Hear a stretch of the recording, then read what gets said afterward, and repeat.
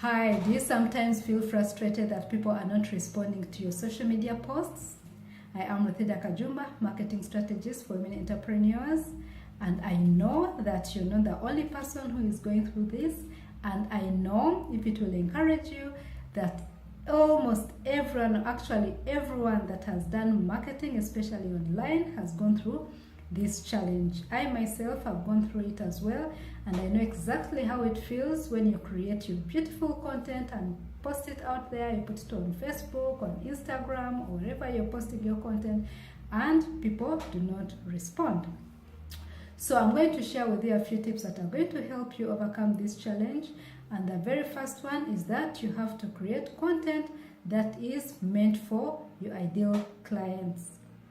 And now that takes me to the issue that, okay, you may say that people are not responding to your posts, but then this is because you have created your post and it is not meant for your ideal clients. So people are just passing over it, okay? So whatever piece of content that you put out there, you have to make sure that it is tailored to fit your ideal client, okay? And then the next thing that you have to do is to make sure that you post your content where your ideal clients hang out. Now, the reason that you may be saying that people are not responding to your content is because you're posting it in places where your ideal clients do not hang out.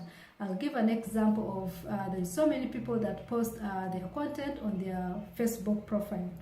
So if you're one of those people that is posting on your Facebook profile and you're not getting responses to your posts, it's because that most likely the people on your Facebook profile are not your ideal client. Yes, you may have 500 friends and 1,000 followers, but if they're not your ideal clients, then your posts are going to be overlooked. For instance, I'll give an example. If your ideal clients are doctors and you're posting your content on your Facebook profile, ask yourself, how many doctors do you have on your Facebook profile, for instance? So now this is just an example. Ask yourself, who is your ideal client, and are they on your Facebook profile, or are they wherever you're posting your content? If they are not, then you have to go back on the drawing board and find out exactly where your ideal clients are hanging out, and this is where you should mainly be focusing to post your content, which is number one, tailored for them, it's meant for them, and then number two, you're posting it where they are. And then of course the other tip is that I have to encourage you that you have to keep posting. Do not give up, you have to keep posting. One thing I know for sure is that people are watching, especially if they're ideal clients, they are watching. One thing you have to know is that people are watching. So even if you post your piece of content out there and people are not responding, keep doing it. Eventually the reactions will start trickling in. I'll give an example of, just go to popular Facebook pages or Instagram accounts that have a lot of reactions. Go scroll down to the bottom and look at the very first post. You'll be so surprised to see the number of comments or reactions that they're getting. There were so few.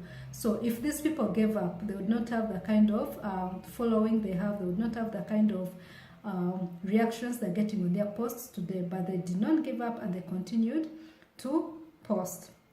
So that's what you should also do. Do not give up.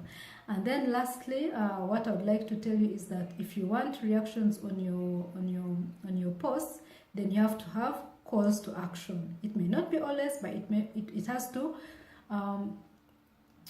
be in relation to the goal of your content. You should never post content just for the sake of you should never create content just for the sake of creating content, and you should never post just for the sake of posting.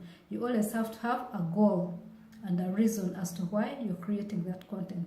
So depending on the goal of your content, then also your call to action should be in alignment to the goal for which you've created the content, okay? So have calls to action. For instance, if the goal of your content is you want people to schedule consultation call with you, discovery call with you, or free strategy session with you, then have a call to action that is in relation to that.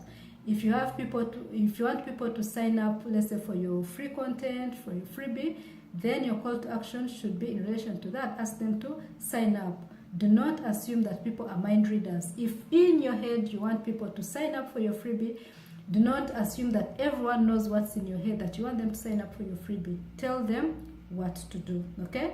So these are the few tips that I wanted to share with you that are going to help you to increase engagement on your posts that you share out there on social media.